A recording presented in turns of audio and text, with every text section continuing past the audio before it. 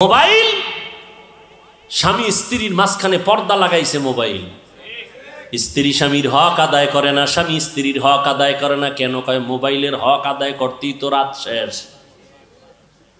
মা বাবা সন্তানের হক আদায় করে না মোবাইলের কারণে, সন্তান মা বাবার হক আদায় করে না মোবাইলের কারণে। তাজা তাজা প্রাণগুলো ছুরির নিচে চলে গেল মোবাইলের কারণে। কি বলবো, লেখাপড়ার ঘরে আগুন লাগছে মোবাইল। এই মোবাইলের কারণে মায়ের সাথে বেয়াদবি করেছো রে যুবক, মোবাইলের কারণে বাবার সাথে গাদ্দারি করেছো, শিক্ষকের সাথে বেয়াদবি করেছো। আল্লাহর কসম করে বলি, লিখে রাখ, তোর কপাল আগুন লাগছে। তুই মরার আগে এত তাড়াতাড়ি মরবি না। আর যদি মরো তো গাড়ির তলে, মানে যে ধর এটাও কইতে পারবি না, শেষ। আর যদি না মরো তো বিছানায় মরার আগে পঙ্গু হয়ে থাকবি, লেখা রাখ। হাদিস শুনানের সময় নাই যে আমি যা বলতেছি মনে করিস না গাঞ্জা খাইছি। আমার চেহারা দেখলে গাঞ্জাখোরের মতো মনে হয়, তো তুই কেন বলো আবল তাবল বলি? তোর চেহারা দেখলে মনে হয় তুই গাঞ্জা খাও, তুই ইয়াবা খাও, তুই নামাজ পড়ো না, তুই মায়ের সাথে বেয়াদবি করো, বাবার সাথে বেয়াদবি করো। অল টাইম তোর উপরে অভিশাপ অভিশাপ অভিশাপ। ভয় লাগে তুই কখন হাত পাও ভাঙ্গে গাড়ির তলে বইরা থাকো, ভয় লাগে আমার। শিক্ষকের সাথে বেয়াদবি করেছ, পাওয়ার দেখাইতে গেছো শিক্ষকের সাথে। আল্লাহর কসম করে বলি, আল্লাহ তোরে মাফ করবে না শিক্ষক যতদিন পর্যন্ত তোরে ক্ষমা না দিবে। এটা বান্দার হক, বান্দার হক, বান্দার হক। মা বাবায় ক্ষমা না দেওয়া পর্যন্ত আল্লাহও দিবেন না। মোবাইলের কারণে মায়ের কাদাইছো রে বেয়াদব। এই মোবাইলের কারণে শিক্ষকের কলিজাটা ফাটায় দিছো দুঃখ দিয়া। অভিশাপ তোর কপালে লাগছে, যে কারণে চোখেও পানি আসে না, মোনাজাতও ধরতে চাও না। অন্তর শক্ত হয়ে গেছে, চেহারার মধ্যে কোনো নূর নাই। মরার আগে বিছানায় পড়ে থাকবি। আর যদি মা বাবার থেকে, শিক্ষকের থেকে, মুরব্বীদের থেকে তওবা নিয়া, ক্ষমা নিয়া মাওলার কাছে মাপ চাও, মুহূর্তে আমার আল্লাহ তোর জীবনটার সব গুনাহ মাফ করে পবিত্র বানায় দিবেন। ও যুবক আল্লাহর গোলাম, হাসতেছো না? খুব মজা লাগতেছে নাকি? মা বাবায় বরদোয়া করে শুনে খুব মজা লাগে না? শিক্ষক বরদোয়া করে খুব মজা লাগে। গাড়ির তলে ভইরে মরবি শুনে খুব মজা লাগে না? অন্তরে একটু দুঃখ লাগে না যে আমি এত খারাপ? অথচ ১৫০০ বছর আগে রসুল কি বলছেন? যুবকেরা আমি মুহাম্মদের উপকার করেছে আর বুড়ারা বিরোধিতা করেছে। বুঝাইতে পারি না রে বাবা, বুঝ নাই। নবীজি ১৩টা বছর বুঝাইলো, আবু জাহাল বুঝলো না। আর ওমর নবীর বয়ান শুনে নাই, হঠাৎ কইরা কোরআন শরীফটা হাতে লাগাইছে, তো নবীর প্রতি মায়া বাইরা গেছে, কালেমা পড়ছে। অথচ আসছিল ১০০ লাল উট পুরস্কারের লোভে নবীর কল্লা নিয়ে দিবে আবু জাহালের কাছে। বুঝটা বড় কঠিন ও বাবা, বুঝো। তুমিও মুসলমান, আমিও মুসলমান। তোমার আল্লাহ আমার আল্লাহ দুই না এক? তোমার নবী আমার নবী, তোমার কাবা আমার কাবা, তোমার কোরআন আমার কোরআন, তোমার ধর্ম আমার ধর্ম, তোমার আমার হাদিস, তোমার আমার আল্লাহ এক, কোরআন এক, কাবা এক, ধর্ম এক। দুনিয়াতে আসছি সিস্টেমও কি না উত্তরবঙ্গের মানুষগুলো লঙ্গি পরে আসছে। বিদায়বেলা কাফন হবে 3টা, মহিলাদের হবে 5টা, ধনীদের জন্য একটা কাফন বাড়ানো হবে। প্রধানমন্ত্রী যদি দুনিয়ার থেকে যাবেন, মহিলা হলেও তার 6টা কাফন দেওয়া হবে। রিক্সা ড্রাইভার যদি মরে যায়, তারও যেমন 3 কাফন। কোটি টাকার মালিকও যদি মরে যায়, তাকেও 3 কাফন। কারো সম্মানে একটা কাফন বাড়ানো হবে না, গরিব হওয়ার কারণে একটা কাফন কমানো হবে না। কবরের সাইজও হবে সমান, নাকি ধনীদেরটা একটু এসি টেসি লাগাই দিবে? গরিবের কবর যেমন, ধনীর কবরও তেমন। কাফনের কালার হবে আলাদা। কি? আমাকে হুজুরদের কালার হবে একরকম, আপনারা যারা হুজুর না তাদের কাফনের কালার হবে আর এক রকম। সবার কাফনের কালার এক, সংখ্যাও 3টা তাও এক। কারো কাফনে লেখা থাকবে না এমপি সাহেবের লাশ, বড় হুজুরের লাশ কাফনে লেখা থাকবে। অতএব যতই বাহাদুরি করি না কেন, সাদা কাফনে ঢোকার পর সব শেষ হয়ে যাবে। ঠিক নি? জিন্দেগি মে বন্দগি তু কর নাহি, जिंदगी में बंदगी तू कर नहीं, जिंदगी बे बंदगी शर्मिंदा है, जिंदगी बे बंदगी शर्मिंदा है। दुनिया में हो दुनिया का तलबगार न हो, बाजार से गुजर हो खरीदार न हो।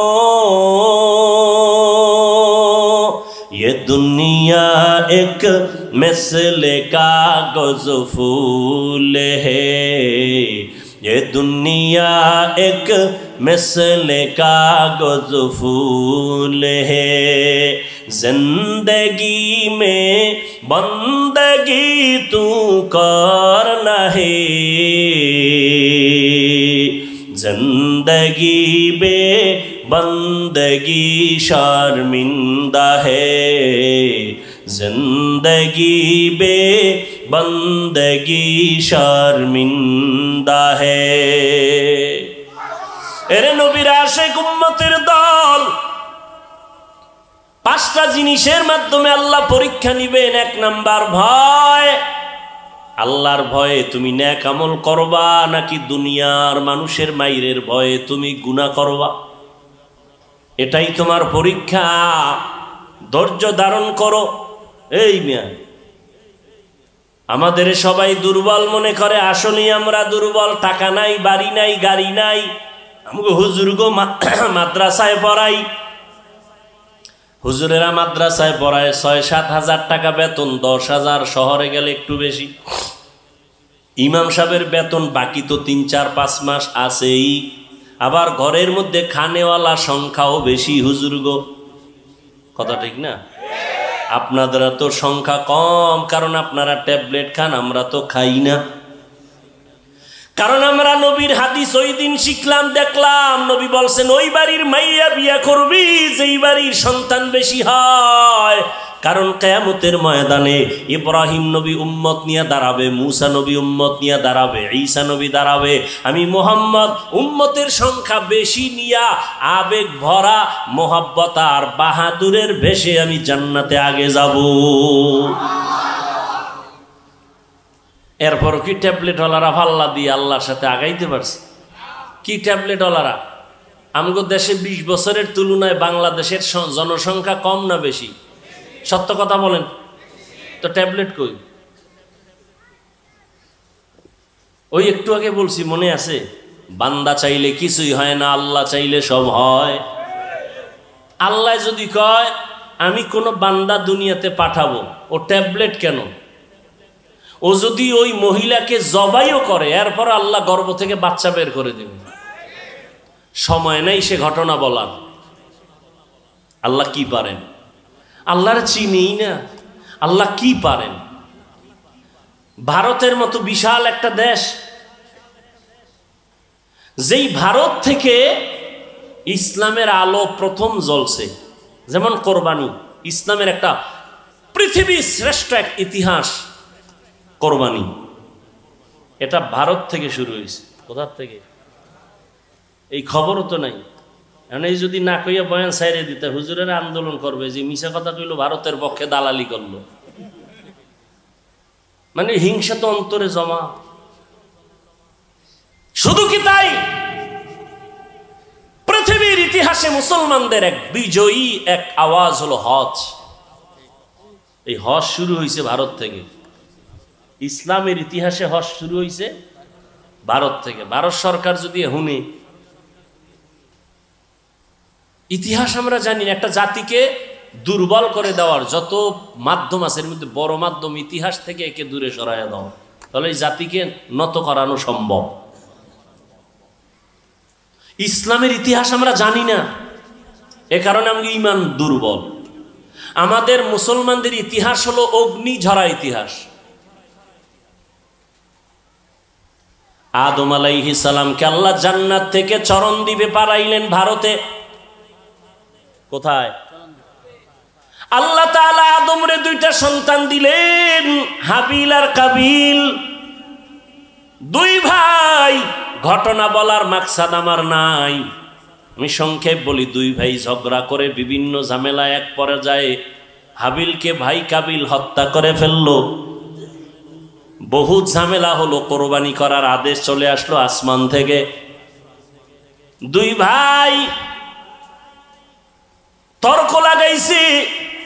আদম নবীকে মা হাওয়ার মাধ্যমে প্রতি বছর দুইটা সন্তান আল্লাহ দিতেন, একই মায়ের গর্ভ থেকে, একটা ছেলে একটা মেয়ে। পরের বছর আবার দুই সন্তান, পরের বছর আর দুই সন্তান, এক ছেলে এক মেয়ে। আগের বছর মেয়েটা পরের বছর মায়ের ভাই বিয়া করবে, আগের বছরের ভাই পরের বছরের মায়ের গর্ভের আপন বোনেরে বিয়া করবে। এইটা কি এখনো জায়েজ আছে নি? এটা শরীয়তে আদম নবীর শরীয়তে হালাল ছিল। আদম নাই, আদমের শরীয়ত নাই। কিয়ামত পর্যন্ত শ্রেষ্ঠ নবীর শ্রেষ্ঠ শরীয়ত চলবে, মুহাম্মদের শরীয়ত দিয়া কিয়ামত পর্যন্ত চলবে। চালাকি করলে কপাল পুড়ে যাবে। তাহলে কোরবানি শুরু হয়েছে কোথার থেকে?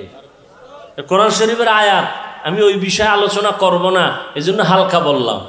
আর আদম নবী মানব জাতির আদি পিতা আবুল বাশার, তিনি এই চরণদ্বীপ ভারত থেকে পায়ে হেঁটে 40 বারের বেশি বাইতুল্লাহ গিয়া হজ করছেন হেঁটে হেঁটে। সুবহানাল্লাহ। না সুবহানাল্লাহ কেমন? ফজরও ভরে নাই, জহুর ভরে নাই, আসর ভরে নাই, মাগরিব ভরে নাই, এশাও ভরে নাই। এখানে সাফাবাজি করে আমরা আশেকে রসুল। দেখো জবানে সুবহানাল্লাহ আসবে কিভাবে? এরা নামাজ লাগে এটাকে জরুরি মনেই করে না। কত বড় বেয়াদব হইলে কয় নামাজ না পড়লাম গো ঈমান তাজা। কত বড় নিকৃষ্ট বেয়াদব। আল্লাহ হেদায়েত দান করুন। অথচ রসুল বলেন পৃথিবীর নিকৃষ্ট চোর যারা নামাজ চুরি করে, আর যারা নামাজ পড়ে এগো খবর আছে। আল্লাহ কয় আমি মুসল্লি নামাজির জন্য ওয়াইল নামক জাহান্নাম বানাইছি। কঠিন এক জাহান্নামের নাম ওয়াইল।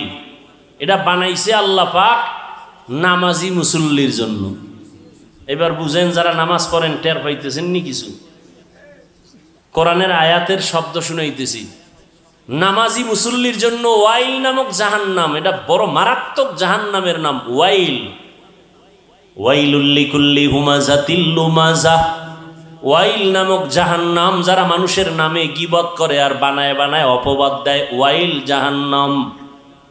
ওয়াইলু ইয়াউমাইযিল লিল মুকাদ্দিবিন, মিথ্যাবাদীর জন্য ওয়াইল নামক জাহান্নাম। ওয়াইলুল লিল মুতাফফিফিন, ব্যবসায় যারা ঝামেলা করে, মাপে ঝামেলা করে, ওয়াইল নামক জাহান্নাম।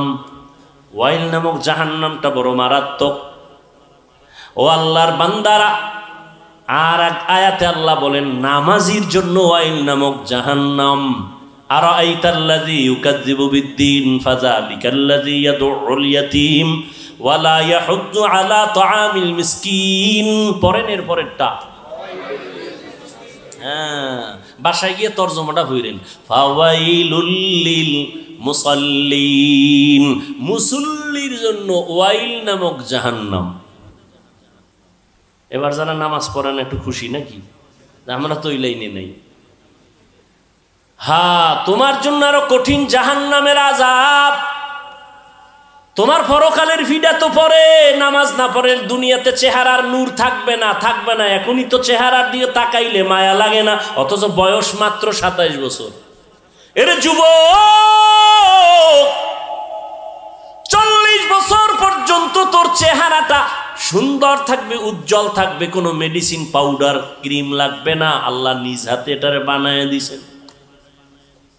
অথচ 27 বছর বয়স তোর 25 বছরের চেহারার মধ্যে কেন উজ্জ্বলতা নাই, মায়া নাই, দেখলে ভাল লাগে না। তোর চেহারা এত নষ্ট হয়েছে কেন বল?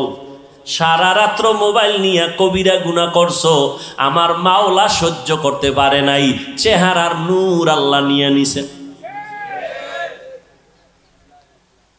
শুধু কি তাই? এই মোবাইল চালাইতে চালাইতে তোর চোখের পাওয়ার নাই, কানের পাওয়ার নাই, হার্ট দুর্বল, ব্রেন দুর্বল, সব দুর্বল হয়ে গেছে। বুকে ব্যথা বাড়ছে, মাথা ব্যথাও বেড়ে গেছে এই মোবাইল দেখতে দেখতে। ঠিক নেই? একটু টেনশন দূর করি। মোবাইল হলো সব রোগের মূল রোগ। এক ওসি সাহেব কয়, হুজুর নেশার বিরুদ্ধে ওয়াজ করেন। আমি বললাম কোন নেশা? কয় মদ, ইয়াবা। আমি কি সব বাদ দেন, মোবাইলের নেশার বিরুদ্ধে ওয়াজ করেন। কয় আমনে করেন। তা আমি করি, শুনেন, যাইয়েন না। টাকার মালিক হতে হবে। তাহলে আলেমরা আলেম হয়ে যদি ইমামতি বাদ দিয়ে ব্যবসা করে, তাই জানাজার ইমামতি করবে গরু, আর মসজিদে নামাজ পড়াবে ছাগল। কি বুঝাতে চাও? সত্য কথা স্বীকার করো, মানো আর না মানো। আমার বয়ানের মূল শব্দ আজকে এটা, মেনে নাও। মানো আর না মানো, স্বীকার করো। বোকা মানুষ কি বলে যাই লিখে রাখো, ভালো করে বুঝো। আর কপাল যদি পুড়ে যায়, আমি কেন, রসুলের বয়ানও কপালে কালেমা আসে না। আর কপাল যদি খুলিয়াই যায়, তো নবীকে তরবারি নিয়ে গলা কাটতে এসেও কালেমা পড়ে নেয়, এর নাম কপাল। এই এলাকায় মাহফিলের এলান চলছে বহুদিন, আসার নিয়ত করে অনেকে আসতে পারে নাই, ঠিক? এর নাম কপাল। আর একদল আসছে কিন্তু প্যান্ডেলে ঢুকতে পারে নাই। কোথায় তারা? আশেপাশে কিছু মার্কেট আছে না, ওয়াজ উপলক্ষে কিছু দোকান আছে না, ওখানে আড্ডা দেয়। কারণ সেখানে মাইকের আওয়াজও পাওয়া যায় ফাও, আর ওদিক দিয়ে নগদ পাইতেছে বেপর্দা নারী। কথা কান না কেন? সত্য কথাটা স্বীকার করতে বলছি, মানেন আর না মানেন, আছে না নাই? যাকে বিয়া করতে পারবেন তাকে দেখা দেওয়া জায়েজ নাই বিয়ার আগে, সহজ মাসআলা। যাকে বিবাহ করতে পারবেন তাকে বিবাহের আগে দেখা হারাম। ইচ্ছা করে একবার দেখবেন, একটা কবিরা গুনাহ, একটা কবিরা গুনার শাস্তি ৭,০০০ বছর জাহান্নামের আগুন। মানেন আর না মানেন, স্বীকার করেন। আর যদি কোন আমি ভুল বলি, আসেন, আল্লাহর কোরআন আছে। আমনে কোন নেতা? আপনার থেকে বড় বড় বড় বড় বড় বড় বড় বড় সৃষ্টির মাস্তানরা পর্যন্ত কোরআন নিয়া কম চালাকি করে নাই। ১৫০০ বছর পর্যন্ত মাথা নত করে গেছে, স্যারেন্ডার করেছে, কালেমা পড়েছে, একটা ভুল কোরআন থেকে বের করতে পারেনি। আপনি কয় নাম্বারের মাস্তান? আল্লাহ আমাদের সব ভাইকে হেদায়াত দান করুন। আল্লাহ। তো উলামায়ে কেরামের ইজ্জত আল্লাহ বাড়ায় দেন, এই জন্য দোয়া করলাম। যারা ফেসবুকে আলেমদের বিরুদ্ধে লেখে, এরকম কিছু আল্লাহর বান্দা আছে না নাই? আছে না নাই? সারা বাংলাদেশে আমি বলি, এরা মা বাবার চূড়ান্ত অভিশপ্ত সন্তান। মা বাবার অভিশপ্ত সন্তান ছাড়া আলেমদের বিরুদ্ধে ফেসবুকে মিডিয়ায় চক্রান্ত করতে পারে না। যারা করে ওরা মা বাবার অভিশপ্ত সন্তান। আল্লাহর কাছে দোয়া করি আল্লাহ ওদের হেদায়াত দান করেন। তো আমি যে আয়াত পড়েছি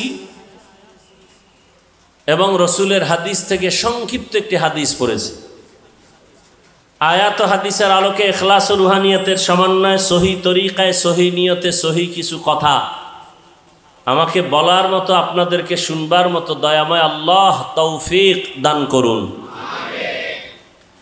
ওয়ালানাবলুওয়ান্নাকুম বিশাইইম মিনাল খাউফি ওয়াল জুই ওয়া নাকসিম মিনাল আমওয়ালি ওয়াল আনফুসি ওয়াস সামারাত ওয়া বাশশিরিস সাবিরিন।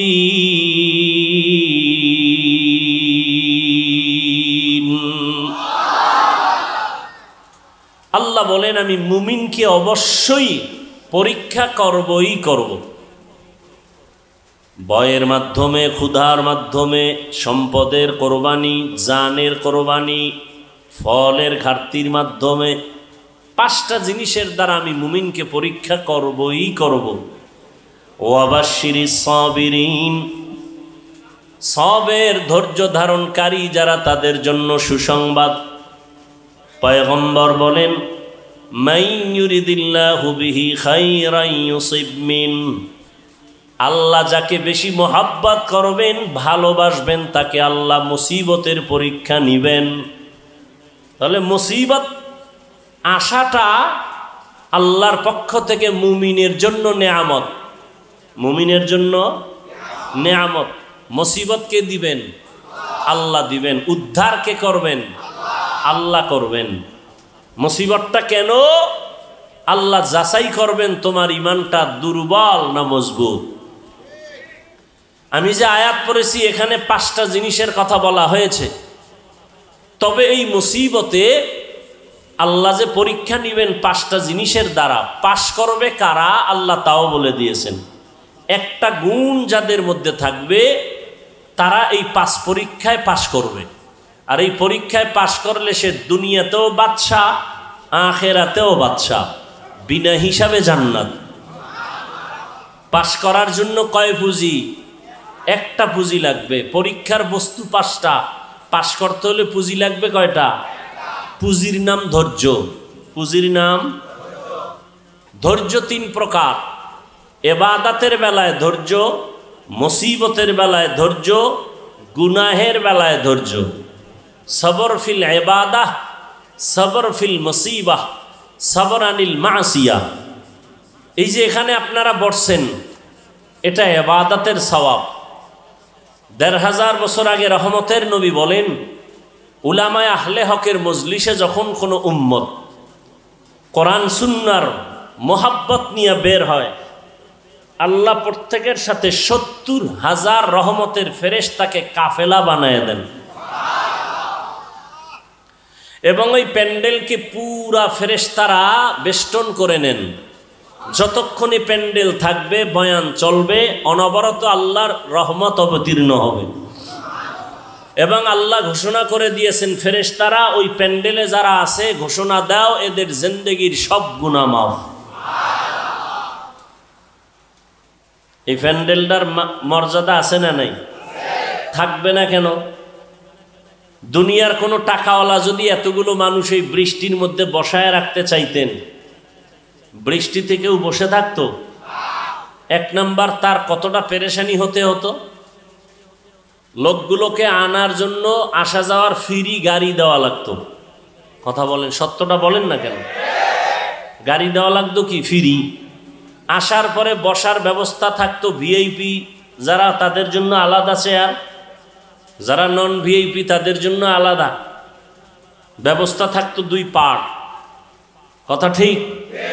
এরপরে ফাঁকে ফাঁকে নাস্তা, নাস্তা না পাইলেই চেয়ারের বাড়ি কি। এরপরে এই মানুষগুলোকে নিয়ন্ত্রণ করার জন্য রাখতো পুলিশ, র্যাব। যদি এতেও ভয় পাইতো তো সর্বশেষ নিরাপত্তার জন্য হাজির করত কুত্তা। কারণ মানুষের উপরে বিশ্বাস নাই, কুত্তা বেঈমানি করে না, মানুষ বেঈমানি করে। কোনোদিন কোনো কুকুর মালিকের সাথে বেয়াদবি করেছে পৃথিবীতে কোনো প্রমাণ নাই। পশ্চিমা বিশ্বে খবর নিয়ে দেখেন, কুত্তা নিয়ে মালিক ঘুমায়, মহিলা ঘুমায়, কুত্তা নিয়ে কোলে নেয়, বাচ্চাকে কোলে নেয় না। কুত্তা পশু জাতির মধ্যে মালিকের চূড়ান্ত বিনয়ী গোলামির মধ্যে কুকুরের থেকে আর কেউ নেই। কুকুর হলো সব থেকে শ্রেষ্ঠ মালিকের গোলামির মধ্যে। কিন্তু একটু চিন্তা করেন তো, এটা একটা কোরআনের মাহফিল, দ্বীনের মাহফিল। আপনাদেরকে আসা যাওয়ার কোনো গাড়ি ভাড়া দেওয়া হয়েছে? কেউ নিজে ভাড়া দিয়ে আসছেন, কেউ পায়ে হেঁটে আসছেন, ঠিক না? নাস্তা দিছে? দিবে? দিবে না।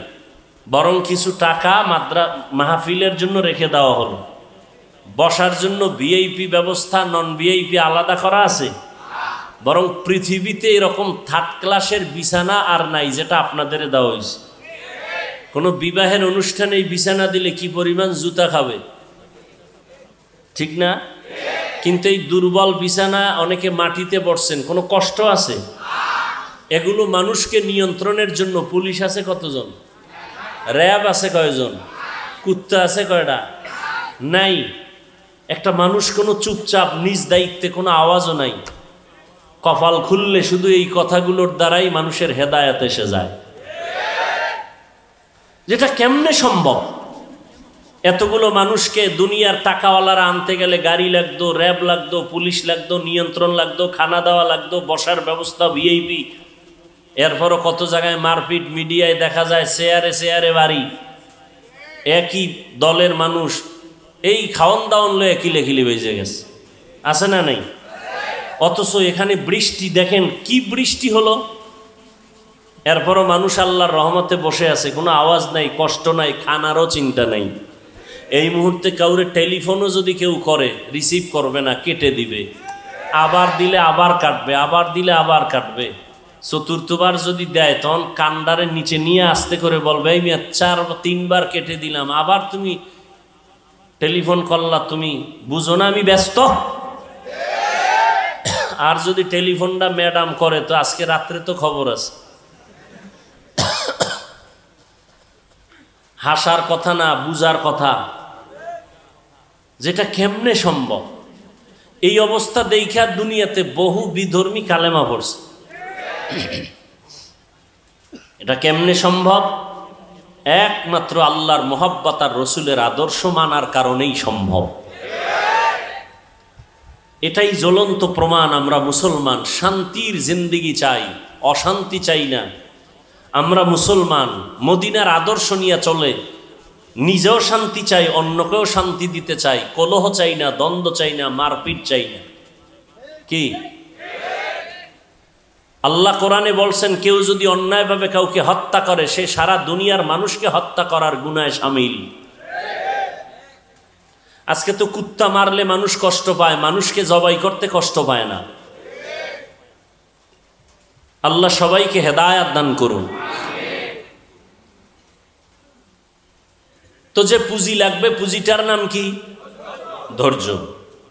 এখন আপনারা বসে আছেন, এটা ইবাদতের ধৈর্য, এটা ইবাদতের সওয়াব।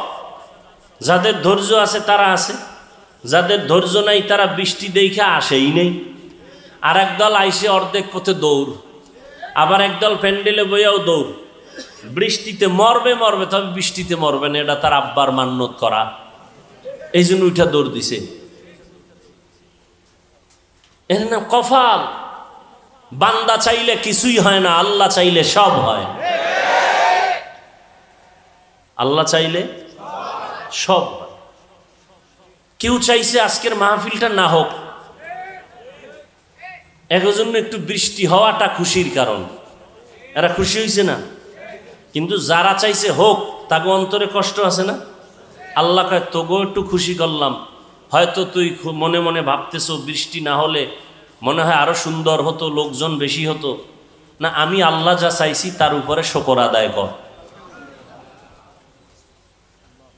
ধৈর্য বড় দামি একটা সম্পদ।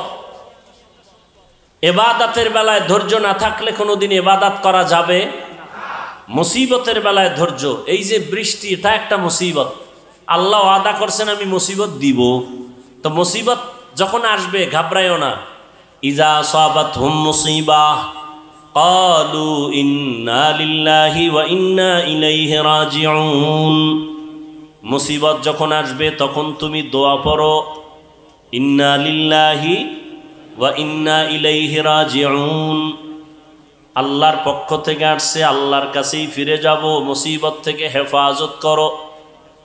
আল্লাহ পাক চাইবেন যা তাই হবে, বান্দা চাইলে কিছুই হবে না, বান্দা কিছুই হবে না। সমুদ্রের ভেতর স্টিমার চলে, মালবাহী জাহাজ, মালিক ঢাকায় অফিসে বসে আছেন, সমুদ্র অনেক দূর।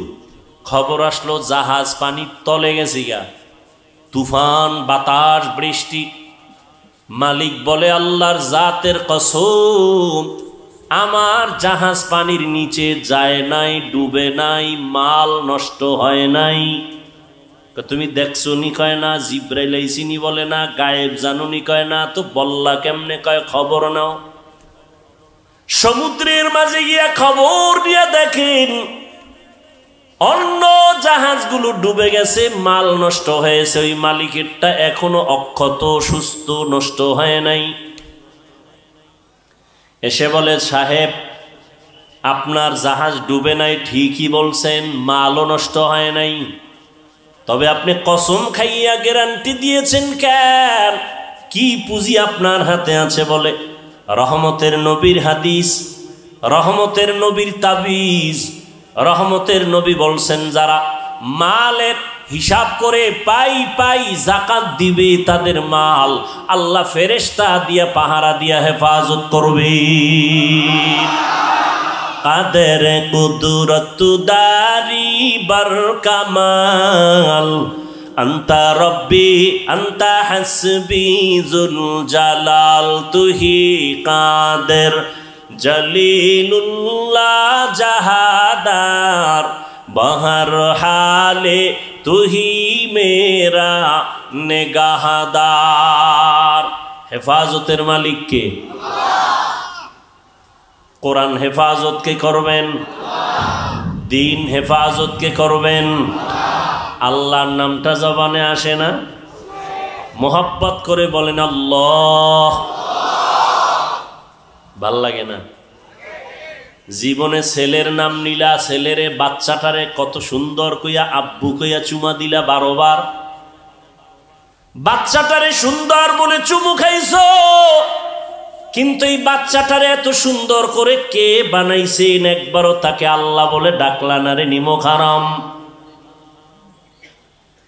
আল্লাহ বলেন শুকর আদায় কর, আমি নিয়ামত আরো বাড়ায় দিব। লা ইন শাকারতুম লা আযীদান্নাকুম ওয়া লা ইন কাফারতুম ইন্না আযাবি লাশাদীদ।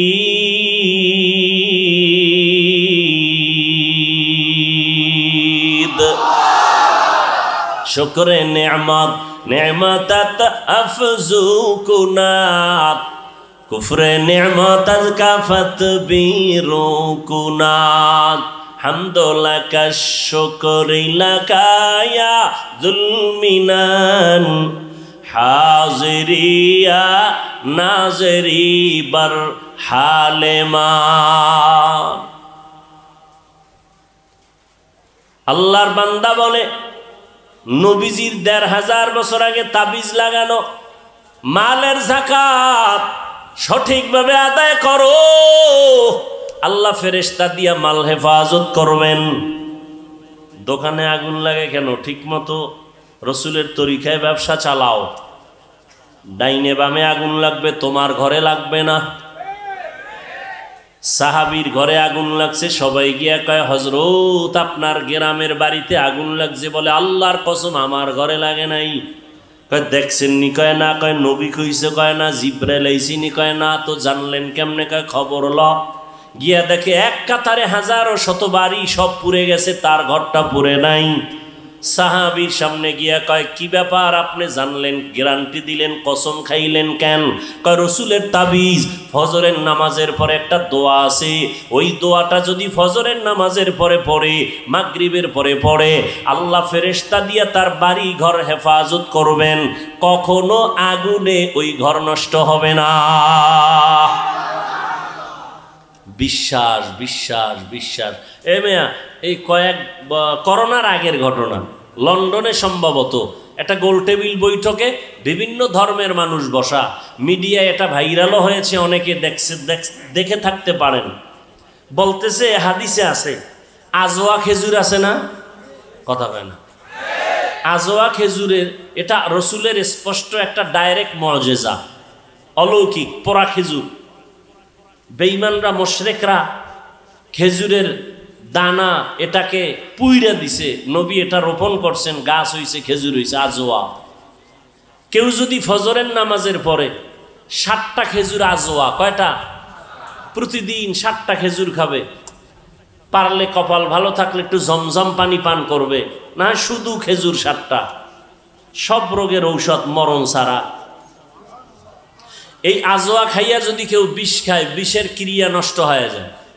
তো ওই গোল টেবিল বৈঠকে এক বিধর্মী বলে, এই তোমাদের মুসলমানের নবী তার কিতাবে বইলে গেছে যে আজোয়া খেজুরের এত পাওয়া, যে এই খেজুর খাইয়া যদি কেউ বিষ পান করে তাহলে তার অ্যাকশন হবে না।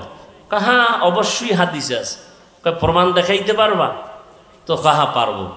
তো ইঁদুর মরে যেই বিষে, ওই বিষের বোতল নিয়ে দিছে। উনি 3টা আজোয়া খেজুর খাইয়া, একজন বড় আলেম বুজুর্গ, এরপরে ওই ইঁদুরের ওষুধটা পান করলো। কইরা এবার দিব্যি আরামে বৈশা মিটিং চালাইল। দীর্ঘ টাইম মিটিং চলল। আর ওই সময় কিছু বিধর্মী কালেমা পড়েছে। এটি ইয়াকিন, বিশ্বাস। যার যেই যত পার্সেন্ট বিশ্বাস মজবুত, তার তত পার্সেন্ট ওই কাজে ফলাফল বেশি ভালো। আমরা হুজুরকে দিয়া দোয়া করান না? কথা কয় না। কোরবানির সময় গরু জবাই দিছেন, ইমাম সাহেব কই আনেন, হুজুরের দিয়া করাইছেন কেন? আপনি পারেন না? দোয়া তো বাবার জন্য আপনি করলে এটা বেশি আছে হাদিসে, বেশি দরকার। হুজুরের দিয়া করান কেন? সমস্যা তো আপনার ভিতরে জবান না পাক করে ফেলছেন, গাঞ্জা খাইয়া বিড়ি টেনে, মিথ্যা কথা বলে। জবান পবিত্র রাখেন, আল্লাহর কসম। জবান দিয়া গালি দিবেন না, মিথ্যা বলবেন না, প্রতারণা করবেন না। এই জবান দিয়া যখন আপনি যা চাইবেন তাই পেয়ে যাবেন।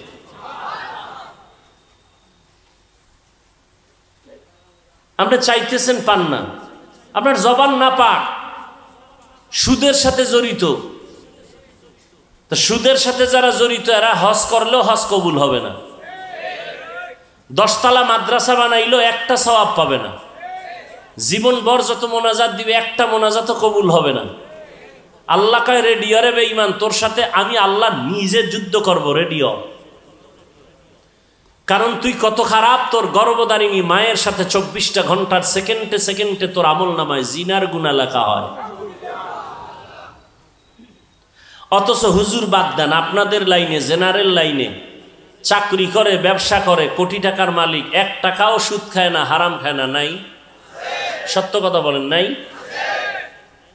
কিয়ামতের দিন তাকেই আল্লাহ দাঁড় করায় বলবে, এই বেঈমান, তোর লাইনের বান্দাটা হারাম খাইলো না, তুই খাইলি কেন? জবাব দে। আল্লাহ হেদায়েত দান করুন। আর হারাম খেয়ে শান্তি আছে, দুনিয়ায় আছে। যদি একটু দুনিয়ায় শান্তি পেত তো মনটা একটু বুঝাইতো যে হ্যাঁ দুনিয়ায় শান্তি। মরার আগেই ভেজা। দেখেন না কিভাবে দুদুকের নোটিশ আসতেছে, আসে না? সম্পদ, কোটি কোটি সম্পদ কামাই করে শান্তি নেই। মরার আগেই মাইয়ার থেকে আলাদা, ছেলের থেকে আলাদা, বউয়ের থেকে আলাদা। এই একটা জীবন। খাইতে বইয়া শান্তি নাই, ঘুমাইতে শান্তি নাই, শরীর অসুস্থ। এটা জীবন হইল? এটা একটা জীবন হইল? এরপরে যদি হামলা মামলা, তাজা মানুষ জাগায় মাইরে ফেলাইতেছে।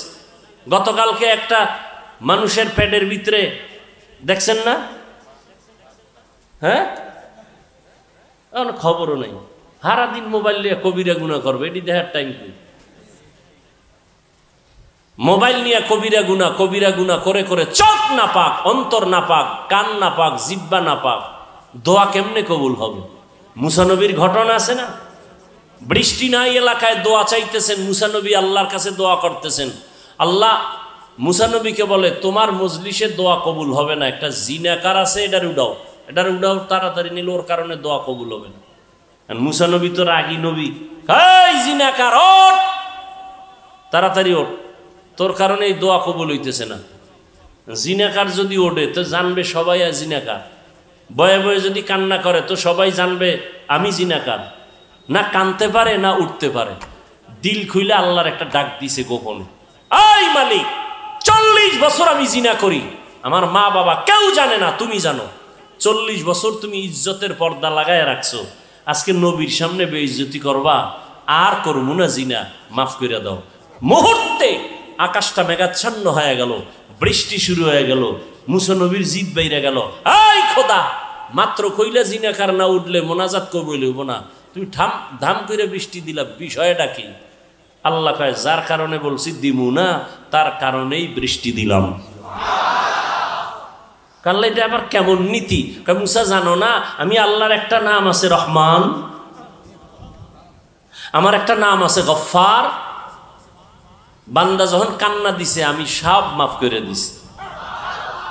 ইয়া ইলাহি तू मेरा माबूद है, या इलाही तू मेरा माशूक है, या इलाही मुझसे मुझको दूर करता ताकि देखो मुझ में तुझको एक नजर। ধৈর্য নামের পরীক্ষার পাশ করার জন্য পুঁজিটা লাগবে বড় ধৈর্য।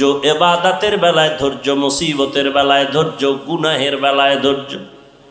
ফজরের 4 রাকাত নামাজ, 4 রাকাত নামাজ পড়তে আপনার সর্বোচ্চ 20 মিনিট সময় লাগবে, কিন্তু কপাল পরা 20 মিনিটের ঘুমের মজা পাইয়া উঠে না, ঠিক নেই?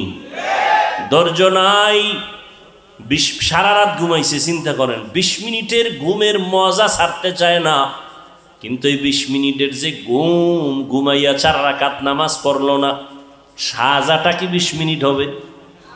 কঠিন সাজা হবে। গুনাহের বেলায় ধৈর্য, নিজের কন্ট্রোল করো।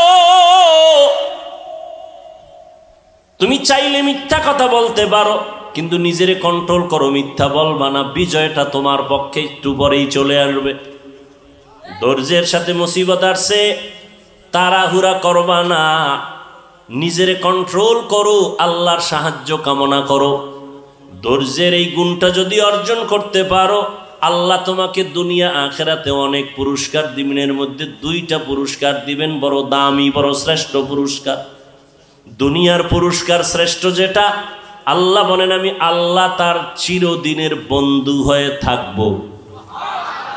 ইয়া আইয়ুহাল্লাযীনা আমানুস্তাঈনু বিস-সাবরি ওয়াস-সালাহ ইন্নাল্লাহা মা'আস-সাবিরিন।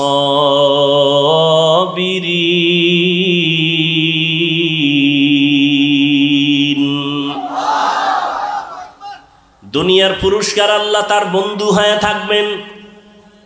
আখিরাতের শ্রেষ্ঠ পুরস্কার হলো আল্লাহ বলেন আমি তাকে বিনা হিসাবে জান্নাত দিয়ে দিব। এই যে পুরস্কারটা কারা পাবে? কারা পাবে? ধৈর্য ধারণকারী। ইন্নামা ইউওয়াফাস সাবিরুনা আজরাহুম বিগাইরি হিসাব। আল্লাহ বলেন ধৈর্য ধারণকারীরা কিয়ামতের দিন আমি বিনা হিসাবে জান্নাত দিয়ে দিব। ধৈর্য ধারণকারীরা আল্লাহর মুহাব্বত নিয়ে ধৈর্য ধারণ করো।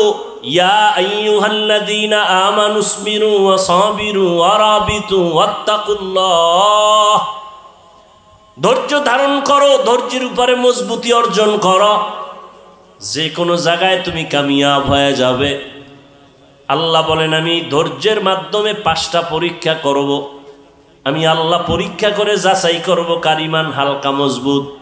5টার মধ্যে প্রথম যেই জিনিসটা দিয়ে আমি পরীক্ষা করব তার নাম হলো ভয়, মিনাল খাউফ। 4 মাযহাবের 4 ইমামের এক ইমাম, ইমাম শাফিঈ রাহমাতুল্লাহি আলাইহি লিখেন, এখানে ভয় দ্বারা উদ্দেশ্য হলো আল্লাহর আযাবের ভয়।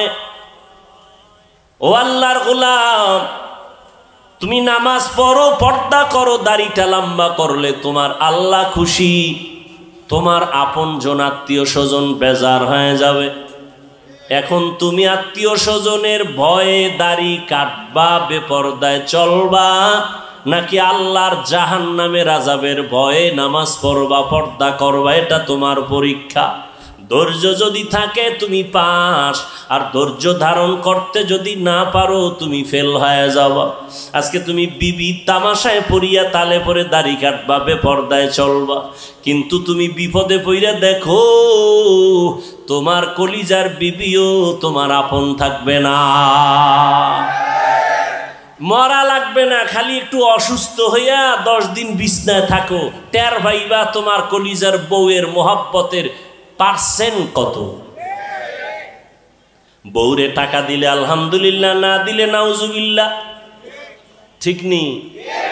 কোটি কোটি টাকা কামাই করো, বউয়ের জবানে হাসি নাই, শুকর আদায় করে না।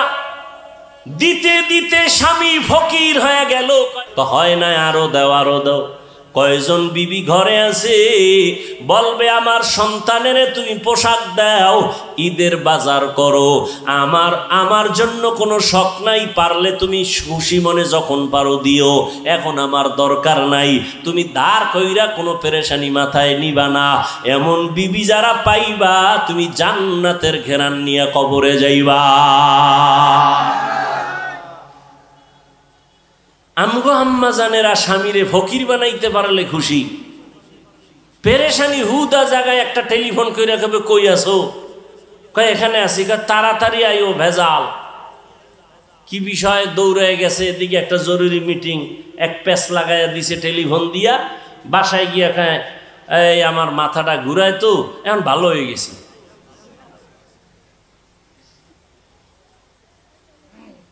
হ্যাঁ, এই জন্য ভালো মেয়ে বিয়া করো।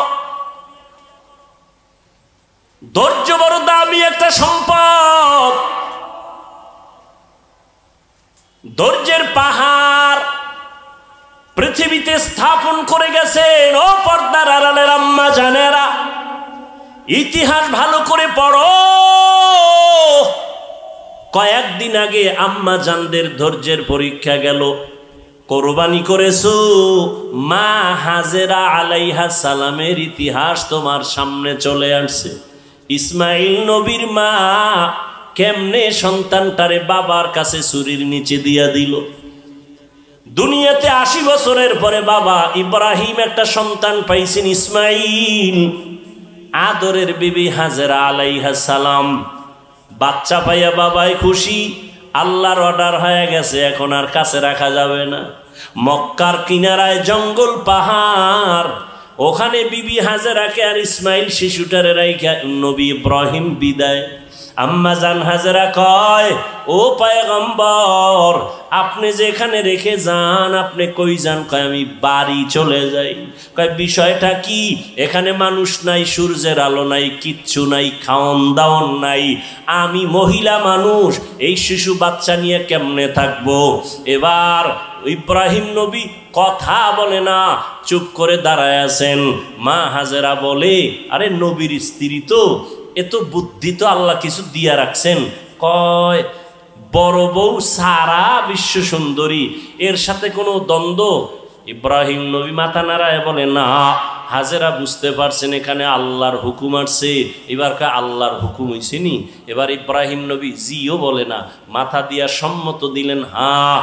এইবার হাজেরা কয়, আল্লাহ যদি অর্ডার করে থাকেন আমি হাজেরার কোনো আফসোস নাই, দুঃখ নাই, আপনি চলে যান, দোয়া করবেন আল্লাহ যেন হেফাজত করে। মা হাজেরার ধৈর্য,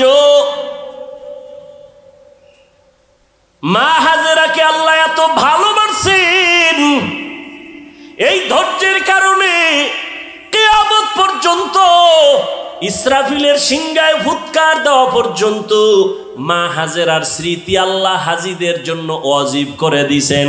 ও হাজি সাবরা, তোমরা মক্কায় গিয়ে যখন হজ করবা, সফা মারওয়ায় আমার হাজেরা দৌড়াইছে 7 বার। তোরা যদি দৌড়টা না দেও আমি আল্লাহ তোদের কারো হজ কবুল করব না। চিন্তা করেন, বালিশে মাথা লাগাইয়া, এটা কেমন কপাল যে হাজেরার দৌড় কিয়ামত পর্যন্ত আল্লাহ বাধ্য করে দিয়েছেন, হাজিরা দিবি দৌড়, না হয় হজ বাতিল। মাওলার কাছে হাজেরার ধৈর্য পছন্দ হয়ে গেছে। আর তুমি সেই জমজমের পানি পান করতেছো, মা হাজেরার কান্নার ফসল। ইসমাইল দুধ পায় না, খানা পায় না, কানতেছে। মা হাজেরা দৌড়া ইসমাইলের পানি দেওয়ার জন্য, একবার সফা একবার মারোয়া।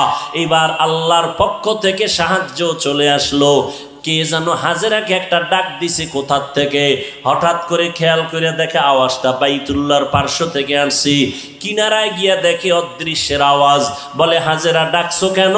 কোনো টেনশন করিও না, জিব্রাইল আইসা একটা পাখার একটা ডানা দিয়া বাড়ি মারছে মাটিতে, পানি ওঠা শুরু হয়ে গেছি। কেউ লেখেন ইসমাইল নবীর বাচ্চা মানুষ যে পা নাড়াইছে কান্নার সময় পায়ের আঘাতে পানি, তবে বিশুদ্ধ বর্ণনা হলো জিব্রাইলের আঘাতে পানি উঠছে। ওই পানি দেইখা আম্মাজান হাজেরা বলছে জম জম, থাম থাম। পানি থেমে গেল, নিজে পান করলেন, সন্তান ইসমাইলের করাইলেন। সারা দুনিয়ার সব বেঈমান বিজ্ঞানীরা, মুমিন বিজ্ঞানীরা একমত, জমজমের মতো পিওর পানি পৃথিবীর আর কোথাও এমন পিওর নাই। রহমতের নবীকে সাহাবায়ে কেরাম প্রশ্ন করলেন, ও আল্লাহর রসুল, জমজম পানি কমেও না বাড়েও না, crore crore crore crore million trillion billion ton পানি হাজিরা নিয়ে যায়, এখনো যেখানে আছে আগেও সেই রকম ছিল, কমেও না বাড়েও না। সাহাবায়ে কেরাম বলেন, নবী এই জমজমের তলা কই? তলা কূপের। নবী বলেন, জমজম কূপের তলা হলো হাউজে কাউসারের সাথে। আল্লাহর চিনবি না রে নিব খারাম। কই আমগো যে সার্টিফিকেট নাই তো সম্মান কমে নাই। সেদিনও বাংলাদেশের এক বড় মাথাওয়ালা মন্ত্রী মহোদয়ের মন্ত্রীদের মধ্যেও বড় দামি কোন এক কাজে গেলাম, কয় হুজুর হেলিকপ্টারের প্রোগ্রাম চলছেনি। আর একজনের সাথে পরিচয় করা, চিনেননি হুজুরের? হেলিকপ্টার হুজুর। আমি কই না, বৃষ্টির মধ্যে কে নিবে? আর আমি নিতে চাই না বেশি। আমি যদি চাই, আল্লাহর শকর, আমি প্রতিদিন কপ্টারে প্রোগ্রাম করতে পারি সারা দেশে। অথচ আমি অফিসে লেখা রাখছি হেলিকপ্টারে আবেদন করবেন না। সম্মান আমার আল্লাহ সার্টিফিকেট দিয়ে দেয় না, টাকায় দেয় না। আল্লাহ যাকে সম্মান দিবেন, গরিবের সন্তানও ডিসি হয়ে যায়। কি আল্লাহ পারে না? তো তুমি সার্টিফিকেট নিয়ে কি হয়েছে? এটার পিছনে দৌড়াইয়া আল্লাহ চেনো না, নবী চেনো না, কিসের জন্য দৌড়াও? রিজিক তো কোনো বান্দার হাতে না, কার হাতে? তুমি আবার এটা উল্টা তো বুঝবা যে তাই কি স্কুল কলেজ পড়া বাদ দিয়ে দেব না। তুমি স্কুলে পড়ো, কলেজে পড়ো, তবে অন্তর সোজা করে নাও, রিজিক আমার আল্লাহ দিবেন। ওই আল্লাহর হুকুম মতো নামাজ পড়ো, পর্দা করো, মা বাবার দোয়া নিয়ে চলো। তোমার মতো কত যুবক দেখবা জীবনে মাদ্রাসায় পড়ে নাই, স্কুল কলেজে পড়িয়া doctor, doctor, professor, engineer, RAB, army, police, BDR, কোটি টাকার মালিক, চেয়ারম্যান, মেম্বার, এমপি, মন্ত্রী, 5 বেলার নামাজ পড়ে আছে না নাই? তুমি পারো না কেন? সমস্যা কি তোমার? তুমি কি বলতে চাও কোরআন মিথ্যা? একটা প্রমাণ দাও, আমি এখন দাড়ি কেটে ফেলবো, এখন প্যান্ট শার্ট পইরা নাচ গান করবো, কোরআন শরীফ সব জ্বালায় দিব। একটা ভুল বের করো আল্লাহর কোরআন থেকে। কারণ আমরা হুজুরেরা যত বাহাদুরি করি, সবকিছুর মূল ফাউন্ডার আল্লাহর কোরআন। জান্নাত আছে প্রমাণ কোরআন, আল্লাহ আছে প্রমাণ কোরআন শরীফ, কিয়ামত হবে প্রমাণ কোরআন শরীফ। সেই কোরআনে যদি একটা ভুল বের করতে পারো, তাহলে পুরা কোরআন ভুল, আল্লাহ ভুল, ইসলাম ভুল, সব ভুল মানি না। পারবা বের করতে? পেরেছে কোনো বেঈমান? তাহলে তওবা করো, মাস্তানি ছাইরা তওবা করো।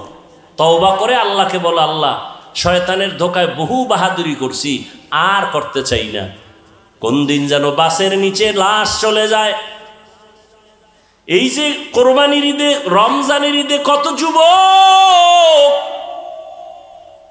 গাড়ির নিচে চলে গেল, পানির ভেতরে লাশ হয়ে গেল। ধৈর্য বড় দামি এক সম্পদ। আল্লাহর মোহাব্বত নিয়ে 5 বেলার নামাজ পড়ো, 5 বার ওযু বানাও, শরীর তাজা থাকবে, কোনো ক্রিম লাগবে না, রোগ কম হয়ে যাবে, রোগ কম হবে। আল্লাহর ভয় অন্তরে জমা করো। তোমার মেশিন, প্রত্যেকটা মানুষের ভিতরে 23টা ইঞ্জিন আছে, 23টা মেশিন আছে। কয়টা? 23টা মেশিন আছে বডির ভিতরে। মাথায় আছে 10টা। কয়টা? পেটের মধ্যে আছে 8টা। কয়টা? 8টা। এরে আল্লাহর বান্দা, এই মেশিনের মধ্যে শ্রেষ্ঠ যেটা মূল সেটা হলো পেট। তোমার এই বডিকে সুস্থ রাখার জন্য ওখান থেকে 8টা মেশিন পুরা বডিটারে কন্ট্রোল করে পেটের মাধ্যমে। এরে নবীর উম্মতের দল, এই জন্য খাদ্য নিয়ম ছাড়া খাওয়া যাবে না। বেশি খাইলেও ঝামেলা, কম খাইলেও ঝামেলা। বিজ্ঞান, চিকিৎসা বিজ্ঞানীরা বলে, আমার কথা যদি বিশ্বাস না করো, আজকে বাসায় গিয়া মোবাইলে তো আকামি করছো জীবনভর, আজকে একটু গুগলে সার্চ দিও, গুগলে সার্চ দাও, দিয়া লেখবার রোজার দ্বারা শরীরের উপকার কি কি। ওখানে সব তঙ্গ মুরব্বী টাইওয়ালারা বসে আছে, গবেষক। আমাকে হুজুর টুজুর ওখানে কেউ নেই। সুন্দরভাবে গবেষণা দিয়ে রাখছে রোজা রাখলে কি হয়। আমাদের বাংলাদেশের এক হিন্দু ডাক্তার গত রমাজানে 50 লাইনের একটা ফেসবুকে লেখা দিছে, আমাকে একজনে দেখাইল রোজার দ্বারা শরীরের কি উপকার। এজন্য রহমতের নবী পৃথিবীর শ্রেষ্ঠ ডাক্তার, পৃথিবীর শ্রেষ্ঠ ডাক্তার আমার নবী। শুধু রমাজান না, প্রত্যেক সোমবার, সপ্তাহের বৃহস্পতিবারও রোজা রাখতেন। রোজা রাখলে শরীর সুস্থ থাকে, পুরা ব্যালেন্স ঠিক থাকে, আর জনমের মতো খায়। আল্লাহ যা দিছে আও খায়, নিজেও আউলা জাউলা খাইতেছে, খাইয়া আস্তে বিছানায় পইরা থাকে। তো লাভ কি? হালাল হারাম খাইলে কোনো শান্তি নাই রে বাবা। হালালটারও যারা হারাম বানায় খায়, এই কারণে পেট নষ্ট, তার সব নষ্ট। পেটে ব্যথা উঠছে, পেটের খানাটা বলতো মাথা ব্যথা শুরু হয়ে গেছে, খানাও, ঘুমও নাই, রুচিও নাই, সব নষ্ট হয়ে গেল। এজন্য আল্লাহ বলেন, আমি ক্ষুধার মাধ্যমে পরীক্ষা নিব রোজা। আরাফার রোজা সামনে আসতেছে, আশুরার রোজা মুহররমে। আরাফার রোজা, নফল রোজা মাঝে মাঝে রাখিও, শরীর সুস্থ থাকবে। হিন্দুদের মধ্যে খবর নেন, ওরা খায় খুব সীমিত। আমাকে মুসলমানের থেকে অনেক সুস্থ তারা। নিয়মতান্ত্রিক যা খায় খুব সাবধানে খায়, নিয়মতান্ত্রিকভাবে চলে। আর মুসলমানের মধ্যে আর এই বাঙালি জাতি কি পরিমাণ যে খাইতে পারে, আর না পারলেও কিলাকিলিতে অনেক উপরে আছে। এই যত মামলা হামলা শুধু খাওয়ার জন্য, আর কেউরে খাইতে দিব না, সব আমি খাবো। এটা হলো কুত্তার মেজাজ। কুত্তা চায় সব একা খাবে, অন্যকে খাইতে দিবে না। কি ঠিক না? মাইকে বলে কেউ খাবে, কেউ খাবে না, তা হবে না। মাইকের থেকে নামার পরে সব নিজের গুদম বরে, গরিবরা না খায় মরে। কি 2 নম্বর পরীক্ষা হলো রোজা ক্ষুধার মাধ্যমে।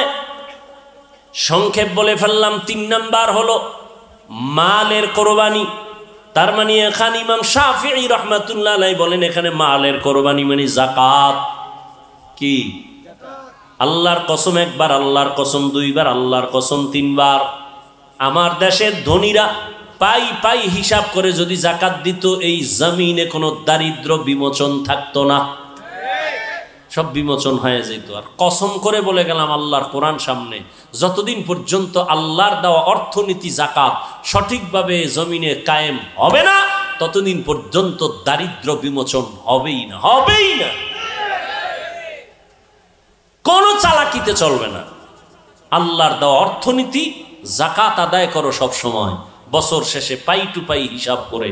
ওই 100 টাকায় 2.5 টাকা গরিব খাবে, ধনী খাইলে ওর বাকি 97 টাকা আটানাও হারাম হয়ে যাবে। ওটার মালিক 2.5 টাকার মালিক গরিব।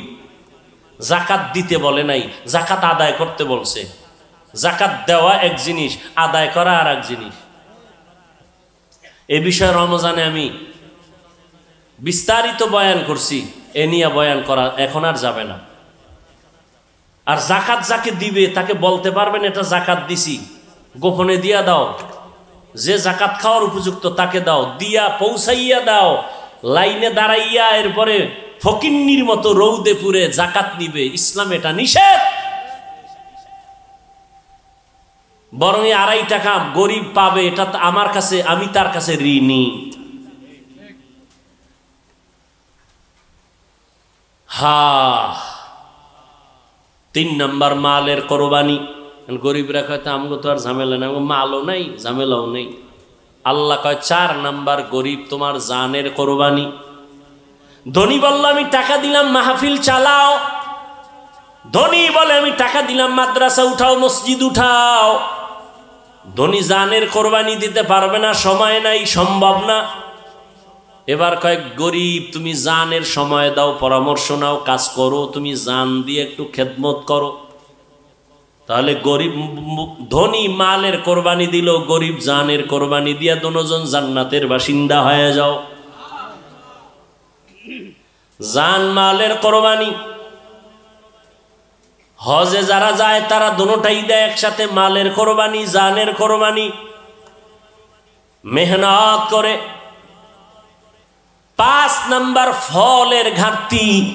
ইমাম শাফিঈ রহমাতুল্লাহ আলাইহি বলেন এখানে ফল দ্বারা হলো সন্তান। কারণ কোরআন শরীফে প্রত্যেকটা মাকে বলা হয়েছে ফসল উৎপাদনের ক্ষেত, আর ওই ক্ষেতের ফসল হলো সন্তান। আল্লাহ সন্তান দিয়ে আবার নিয়ে যাবেন, কাউকে দিবেনই না, এটা আল্লাহর পরীক্ষা। লিল্লাহি মুলকুস সামাওয়াতি ওয়াল আরদ ইয়াহাবু লিমান ইয়াশাউ ইনাসা ওয়া ইয়াহাবু লিমান ইয়াশাউ যুকুর আও ইউযাওবিজুহুম যুকরানা ওয়া ইনাসা ওয়া ইয়াজআলু মান ইয়াশাউ আকিমা ইন্নাহু আলিমুন কাদির।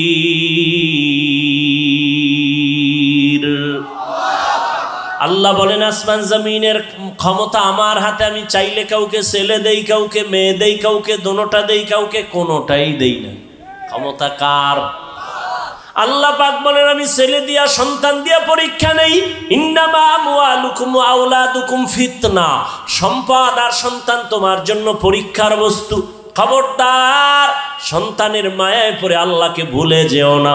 ও আল্লাহর বান্দারা, পর্দার আম্মা জানেরা, আল্লাহ সন্তান দান করেছেন, সন্তানটাকে মানুষ বানায় যান। মানুষ বানাইতে হলে আপনাকে মাওলানা বানাইতে হবে না, একজন মুফতি সাহেব বানাইলেই মানুষ হবে এটা গ্যারান্টি নাই। আপনার সন্তানটারে ডাক্তার বানাবেন, আপনার সন্তানের ইঞ্জিনিয়ার বানান। তবে মানুষ যদি বানাইতে চান, আমার নবীর আদর্শ ছাড়া মানুষ হওয়া সম্ভব না। অতএব আপনার সন্তান ডাক্তারি পড়িয়াও যেন নামাজ না ছাড়ে, মা বাবার সাথে বেয়াদবি না করে, এমন সন্তানের ইমানদার, এমন সন্তান রেখে যান ডাক্তার ইঞ্জিনিয়ার। আপনার সন্তানের ব্যবহারে যেন মা বাবার কলিজা ঠান্ডা হয়, সন্তানের ব্যবহারে যেন আলেমদের কলিজা ঠান্ডা হয়, সন্তানের ব্যবহারে যেন কারো অন্তরে কষ্ট না যায়। ওই সন্তান যদি রেখে যান, ডাক্তার হইয়াও কোরআন পড়িয়া মা বাবার জন্য দোয়া করবে, ইঞ্জিনিয়ার হইয়াও কোরআন পড়ে মা বাবার জন্য দোয়া করবে। এমন একটা আদর্শ সন্তান রেখে যাবেন, দুনিয়াও আপনার সুনাম হবে, কিয়ামতেও এর উসিলায় নাজাত পেয়ে যাবেন। ও যুবক বাবারা, এখনো সময় আছে, তওবা করে নাও। জীবনটার কোনো দাম নাই যদি তুমি আল্লাহর হুকুম মতো জীবনকে পরিচালনা করতে না পারো। আমি শুরুতেই বলছিলাম বাবা, তোমার আল্লাহ আমার আল্লাহ এক, তোমার নবী আমার নবী এক, তোমার ধর্ম আমার ধর্ম এক, তুমি আমি একই আল্লাহর গোলাম, একই নবীর উম্মত, এক কোরআন মানি, এক কাবা মানি। অথচ তোমার দাড়ি রাখতে লজ্জা লাগে, আমার দাড়ি কাটতে লজ্জা লাগে। বিষয়টা কি? তুমিও নবীর উম্মত, আমিও উম্মত, তোমার আল্লাহ আমার আল্লাহ এক, কোরআন এক, ধর্ম এক। তোমার নামাজ পড়তে কষ্ট লাগে আর আমার নামাজ না পড়লে লজ্জা লাগে, তোমার পর্দা করতে লজ্জা লাগে, আমার পর্দা না করলে লজ্জা লাগে। তুমি মসজিদে ঢুকতে লজ্জা পাও আর আমি মসজিদে না ঢুকলে লজ্জা পাই। বিষয়টা কি? আসলে বিষয় কিছুই না। আবু জাহিল্লাও একটা মানুষ, ওমরে ফারুক একটা মানুষ। ব্যবধানটা কোথায়? ওমর যেই রাস্তায় চলে ওই রাস্তায় শয়তান পর্যন্ত আসে না, ভয়। ওমর এমন আল্লাহর গোলাম হয়ে গেল যে ওমরের তরবারির সামনে কোনো বেঈমান দাঁড়াইতে পারে না, ভয়। কারণটা কি? ওমর আর আবু জাহালের সূরত এক, কিন্তু ওমরের মধ্যে মদিনার নবীর আদর্শ আসার কারণে আল্লাহ এত পাওয়ার দান করছেন। এক ওমরের দ্বারা গোটা দুনিয়া অর্ধ জাহান শাসন করছেন, শোষণ করে নাই। ওমরের কোনো বডিগার্ড নাই, সিকিউরিটি গার্ড ওমরের নাই, কোনো অস্ত্র নাই। রোমের সর্দার রোম সম্রাট কয় ওমরের এত সুনাম, এই ওমরের বডিগার্ড কয়জন খবর নাও। গিয়া খবর নিয়ে দেখে কোনো বডিগার্ড নাই, একা একা চলে। কয় একা একা চলে, অর্ধ দুনিয়ার বাদশাহ। কয় তারে মারার জন্য তো বড় সহজ। কয় হ্যাঁ সহজ, যাও দায়িত্ব দিয়া দিল তরবারি নিয়া ওমরের মারতে পারবা কে? কয়েকজন রেডি। কয় গোপনে একা কোথায় তাকে মেরে ফেলবা? খবর নিয়ে দেখে এরকম একটা খোলা ময়দানে পাহাড়ের পাশে ওমর একা, হাতের বালিশ বানায় ঘুমাইতেছে, আর কেউ নাই। দুশ্মন খবর পাইয়া রওয়ানা। এই সুযোগ হাতছাড়া করা যাবে না। আল্লাহ যদি হেফাজত করে দুনিয়ার সবাই এক হইয়াও তার ক্ষতি করতে পারে না। ওমর তো ঘুমে আছে, তরবারি নিয়ে দুশ্মন মাঠের কিনারায় গিয়া দেখে কেউ নাই, সহজে মেরে ফেলবো, মনে বড় খুশি। কিন্তু হঠাৎ করে আবার ভয়, এক কদম সামনে যায় আবার দাঁড়ায় যায়, পেছনে ব্যাক করে আবার যায়। এভাবে করতে করতে দীর্ঘ টাইম ওমরের কিনারায় কাছাকাছি যাইয়া এবার ভাবতেছি ওমরের মারবো। হঠাৎ করে তাকায় দেখো ওমর একা ঘুমায় না, জঙ্গলের একটা বাঘ ওমরের চারপাশে ঘুরে আর পাহারা দেয়। বাঘ দেখে ভয় লাগে নাই? তরবারিটা হইরে গেছে ভয়ে। ওমর তাকাইছে, ওনার কলিজা সাথে নাই। এই তুমি এখানে কেন? সব খুইলা কইছে, কয় মাফ করে দেন। শেষ পর্যন্ত কালেমা পড়ছে। মুসলমানের চরিত্র প্রতিশোধ নেয় না, প্রতিশোধ নেয় না, এটা মুসলমানের আদর্শ। রসুল শিখাইয়া গেছেন, রসুলের আইনে যদি দুনিয়া চলতো পৃথিবীতে কোনো আন্দোলন থাকতো না, কোনো ঝগড়া থাকতো না, কলহদ্বন্দ্ব থাকতো না। কিন্তু এটা হতে দিবে না। যারা অন্যায়কারী এরা কখনো সঠিক কাজ সমাজে হোক এটা করতে হতে দিবে। ভাইরা আমার, সেই ওমর রহমতের নবীর আদর্শ নিয়ে বড় দামি হয়ে গেল। আল্লাহ এত পাওয়ার দান করছেন, ওমরের শানে আল্লাহ আয়াত নাজিল করছেন কোরআন শরীফে। আয়াত নাজিল কইরা কয় নবীকে জিব্রাইল বলো ওমর যে একটা মত পেশ করছে আমি আল্লাহ মেনে নিলাম, নবীও যেন মেনে নেয়। খবর আছে আপনাদের? আর সেই ওমরের সাথে একটু তর্ক করছেন আপনারা ঘুমের ঘরে, না কি?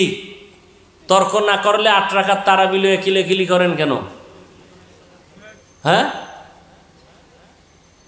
যে ওমর 20 রাকাত চালু করছে না, ওমরেরটা মানি না, মুহাম্মদেরটা মানি। নবী কয় আমি মুহাম্মদ আর আমার সাহাবাদেরকে যারা মানবে না তারা জান্নাতি হতে পারবে না। আল্লাহ আয়াত নাজিল করছেন কোরআনে, কোন এক বিষয় আমি বলার সময় নেই। আল্লাহ কয় জিব্রাইল নবীকে বলো ওমর যা মত পেশ করছে রসুলের সামনে আমি আল্লাহ মেনে নিছি, নবীও যেন মেনে নেয়। সেই ওমর, সেই ওমরের সাথে দুশ্মনী কেন? তুমি তারাবি 8 রাকাত বাদ দাও, যাও আমি হাফিজুর রহমান বলে গেলাম, তুমি 2 রাকাত তারাবি পড়ো, তবে পড়ার মতো পড়ো। যেই তারাবির সেজদায় গেলে মাওলার সাথে মোলাকাত হবে এমন পড়লে তোমার 2 রাকাতই যথেষ্ট। আর যদি সেই নামের পড়ো, দেখানোর জন্য পড়ো, 40 রাকাত পড়লেও কপাল খুলবে না। তুমি আল্লাহর জন্যই যদি পড়ো তো হিংসা কেন? আমাকে সালাম দেয় না, দিলেও নেয় না, কি ওখানে 20 রাকাতের পার্টি? এটা একটা মুসলমানি কথা হইল? তুমি 8 রাকাত পড়ছো, কই আমি তো তোমারে হিংসা করি নাই। তুমি বুকে হাত বাঁধো, আমি নাভিতে হাত বাঁধি, কই হিংসা তো করি নাই। তুমি কেন আমাকে হিংসা করো ভাই? বুকে হাত বাঁধি, জোরে আমিন বলি, যা বলি কার জন্য? তো আল্লাহর জন্য ইবাদত করলে বান্দার সাথে ভাব কেন? ভাবটা দেখাবা আল্লাহর সাথে, যে আল্লাহ আমারে চিনোনি তুমি। আমার 20 লাগে না, 8এই ব্যাটারি চার্জ হয়ে যায়, ফাস্ট চার্জার আমার অন্তর। আমার 20 রাকাত লাগে না, 8এই আমার কলিজা পুরা চার্জ হয়ে যায়। ভাব দেখাবা আল্লাহর সাথে, আল্লাহর ইবাদত করো, বান্দার সাথে কেন? অহংকার, নবীজি বলেন আগুন যেমন লাকড়ি ধ্বংস করে দেয়, অহংকার আর হিংসা মানুষের জীবনের ইখলাসওয়ালা আমলগুলোকেও ধ্বংস করে দেয়। আল্লাহ আমাদের অহংকার হিংসা থেকে হেফাজত করেন। ও যুবক বাবারা, ও বৃদ্ধ বাবাজিরা, ও পর্দার আড়ালের আম্মা জানেরা, এখনো সময় আছে, তওবা করে নেন। আপনার মতো কত মা বোনেরা আছে এখনো পর্দা করে, স্বামীর মাল হেফাজত করে, মোবাইলে সময় নষ্ট করে না, নামাজ পড়ে। ও মা বোনেরা, আপনারা কেন পারবেন না? স্বামীর মাল হেফাজত করেন, নিজের সতীত্ব বজায় রাখেন। চরিত্র নষ্ট করলে দুনিয়াতে কেউ আসলে ভালোই জানে না, আল্লাহর কাছেও তো কোনো সম্মান থাকবে না। মরার পরে অশান্তি শুরু হবে, আপনার সন্তানেরা আপনার চরিত্রের কারণে কষ্ট পাবে। এখন থেকে তওবা করে নেন। ও বাবাজিরাও তওবা করে নামাজ পড়েন।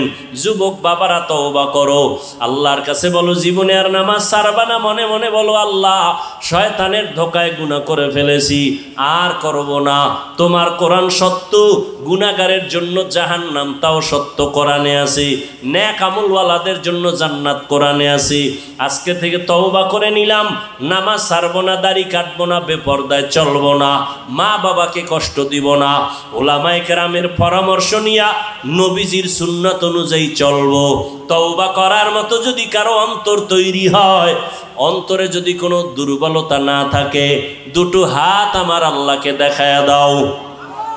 আয় আল্লাহ, তওবা কবুল করে নেন। তওবার উপরে মজবুত হইয়া চলার মতো তৌফিক দান করেন, আমিন। আলহামদুলিল্লাহি রাব্বিল আলামিন, ওয়াসসালাতু ওয়াসসালামু আলা সাইয়্যিদিল আমবিয়াই ওয়াল মুরসালিন ওয়া আলা আলিহি ওয়া আসহাবিহি আজমাইন। ইয়া আরহামার রাহিমিন, ইয়া আরহামার রাহিমিন, ইয়া আরহামার রাহিমিন। রব্বিরহামহুমা কামা রব্বায়ানি সগীরা। আল্লাহুম্মা ইন্নাকা আফুউন কারীম তুহিব্বুল আফওয়া ফা'ফু আন্না। আল্লাহুম্মা ইন্না নাসআলুকা রিযাকা ওয়াল জান্নাহ ওয়া নাউযু বিকা মিন সাখাতিকা ওয়ান নার। আল্লাহুম্মা ইন্না নাউযু বিকা মিনাল বারাসি ওয়াল জুনুনি ওয়াল জুযামি ওয়া সাইয়্যিল আসকাম। ও দয়ার মালিক, গুনার বোঝা নিয়ে আপনার দরওয়াজায় হাজির। আয় আল্লাহ, কত উলামায়ে কেরাম, মুরব্বী, হাজী সাহেব, কত মা বোনেরা হাত তুলেছেন, কত যুবক ছাত্র ভাই, পর্দার আড়ালের মা বোন যারা, সবাইকে আপনি মাফ করে দেন। আজকের এই মাহফিল কবুল করে নেন, আয়োজনকারী সহযোগিতাকারীদের কবুল করে নেন। আয় আল্লাহ, এলাকায় শান্তি দান করেন, সবার কামাই রুজি ব্যবসায় বরকত দান করেন, সারা দুনিয়াতে শান্তি দান করেন, ফিলিস্তিনের মুসলমানদের উপরে রহমত দান করেন। আয় আল্লাহ, ইসরায়েলের জালেম থেকে হেফাজত করেন। প্রবাসে আমার ভাই বোন যারা আছে তাদের কামাই রুজিতে বরকত দান করেন, হেফাজত করেন। বাংলাদেশ শান্তির দেশ বানায় দেন। প্রশাসনিকভাবে যারা কাজ করে দিনদার বানায় দেন। জনপ্রতিনিধির দায়িত্বে যারা দিনের খাদেম বানায় দেন। আমার কলিজার যুবকদের হেদায়েতের দৌলত দিয়া কবুল করে নেন। মোবাইলের গুনাহের থেকে হেফাজত করেন। আয় আল্লাহ, রিয়া হাসাদ কিবির দূর করে ইখলাস দান করেন। 5 ওয়াক্ত নামাজি বানায় দেন। পরীক্ষার্থী যারা কামিয়াবি দান করেন। মাদ্রাসা মসজিদ সহ অন্যান্য শিক্ষা প্রতিষ্ঠান নবীর আদর্শে কবুল করে নেন। আয় আল্লাহ, মোহাব্বত বাড়ায় দেন। আমাদের মা বাবা মুরব্বী যারা, কবরে জান্নাত দান করেন। আম্বিয়ায়ে কেরাম, সাহাবায়ে কেরাম, শুহাদায়ে কেরাম, আউলিয়ায়ে কেরামদের জান্নাত দান করেন।